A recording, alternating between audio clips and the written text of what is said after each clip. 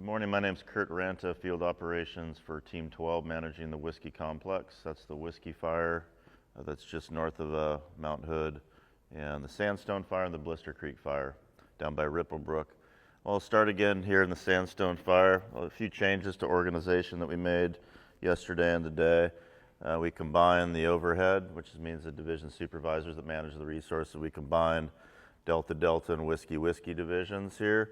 So there's just kind of one set of overhead working with all the resources here, and I'll explain where the overhead from the east side of the division went. They bumped up to the Whisky Fire, and I'll talk about that later for other priorities.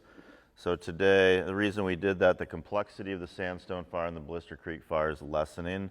We've had no movement in the last few days, actually since the team's been here, about a week and a half, just individual smokes, both on Blister Creek and interior on the Sandstone Fire. So with that, we'll talk about what's going to go on today and what continues to go on. One thing I'll say, we did have a discussion with the agency administrators, and they're kind of the folks that, the forest supervisor types that work for the forest and the district rangers, and the BLM reps for this piece of ground up here. Talked about feeling comfortable with doing some additional repair work and rehab work. So we got the okay to do that yesterday. So we're going to start engaging with crews and equipment to start working on repairing some of these dozer lines. And again, the reason to do that is to mitigate any erosion or anything that might happen once we come into wet season. When the rains hit and the steep dozer lines are bare ground that's been created by the dozers, that's a nice channel for the water to run down and cause some issues and erosion. So it's soil stabilization in there. So we'll come in with mostly equipment and hand crews and start to work in on that. So we do have an excavator working on this side, and we also have an excavator working over here doing that ditch work.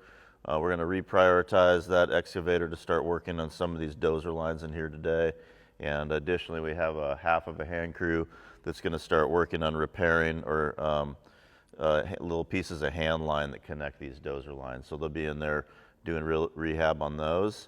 And then they'll also be doing a little bit of handwork with lopping and scattering debris on the road systems out there. We'll also have a crew out here towards the end of the 715 doing that lop and scatter work too. And then of course we will have the engines patrolling, making sure no smokes on the perimeter, which we haven't seen in days now. So they'll be looking out from up here. So that's the plan for Sandstone today. Moving over to Whisky. We'll start with the most recent activity that we talked about yesterday. So we took a couple flights yesterday in the morning and the afternoon to look at what growth that had occurred on this section of fire that crossed Herman Creek a couple days ago. And it didn't really move that much yesterday. Very little movement to the north, which is good news.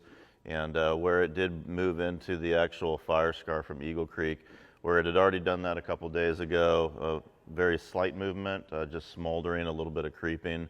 And then interestingly, when we flew this section yesterday, which is this grayed out area with this perimeter is the Eagle Creek fire scar. Of course, it's not, there's still patches of green timber in here, but this area in here is burned pretty hard in 2017. So I saw a lot of the fire moving up to the ridge and stopping. I couldn't even see a smoke on the edge of the Eagle Creek fire.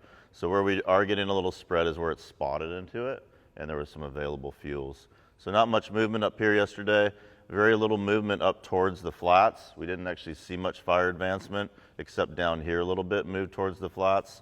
And when I say the flats, I'm talking about Benson Plateau. So behaved itself in here yesterday, even though we actually did have dry conditions up there, and 30% RHs, which is dry up there at that elevation. And we still had a really strong easterly influence with the winds. When we flew, we saw a lot of the smoke going this way, so we had winds out of the southeast. And then looking down this drainage, when I flew yesterday, smoke was just pouring down Herman Creek, which probably influenced what the smoke conditions were in the gorge there too. So, but the fire didn't move a lot. So where it did move, actually the mostly where it moved a couple little stringers in here, so it moved a little bit south. And actually last night, we got an IR last night, infrared imagery from last night. And actually on the east side of Herman Creek, it got found a patch of old growth and moved a few acres in here. So we'll get up in the morning and have a look at that again, and this afternoon. So monitoring that with the lookout out here, what the folks are doing out here. Again, Division Gulf is this section in here. We did get the go-ahead to start removing structure wrap, which was done a long time ago. A reflective, heat-resistant material that's put onto buildings that we put along the fire line for any structures and infrastructure like a campground, the sign, all that kind of stuff. An outhouse or a vault toilet that's wood at a lake. We wrap those in case the fire impacts it and nobody's there.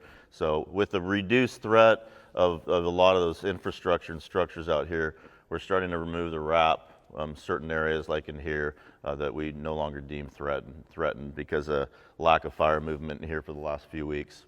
So we'll start in on that, and so Gulf will be doing that along with monitoring their line. They'll be helping out Tango as well, and then Tango will be doing the same thing today. They will also be assessing if we have effective closure notifications. We did have a hiker make it through the closures. Not that person's fault. We just, I don't think we had it tight enough there, so they found a way around the closures. So we're tightening that up today with the folks, and then doing additional backhaul. And just as a side note with the backhaul, when we pull that off the line, a lot of that's been hose that we pulled off from up here from a few days ago. And we removed some pumps, removed like excess fuel that's up there that we put into the UTVs or the side-by-sides. That all goes back to camp down here in Odell, and we send that back to the cache. None of that gets thrown away. We actually re-roll the hose in camp here, and then we send that back to the cache. And then in a year like this where it's extremely busy, September's been very busy around the region, there's a shortage of equipment, so it's imperative that we get that equipment back into the system so it can be mobilized to other incidents. So none of that stuff is thrown away. Moving over to contingency group, repair group is what we're calling it now. They're working away on the same stuff. They're grading down here. They're also they're working on all the dozer lines right now up in the county land. It's off the map, but that's the dozer lines that were open from Old Eagle Creek fire. So we're working with excavators and dozers up there and doing that work, hoping to get into this area here in the next few days.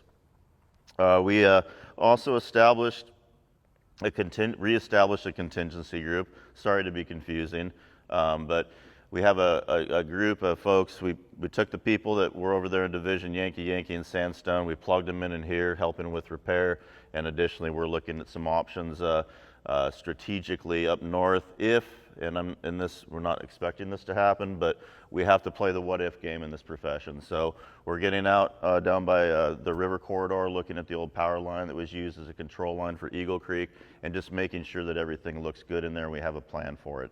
And none of this planning is new. This has been going on from a strategic standpoint. We create secondary lines all the way out to miles and miles away. So we're just going in and validating that and making sure we have a robust plan for that. So that's about it for operations. Weather's changed, obviously, if you're local to here. Much more humid today. The relative humidities on the fires are probably twice what they were yesterday morning. And then clouds obviously coming in. So we're expecting to gradually cool off into the week and potentially get some moisture by midweek. So thanks.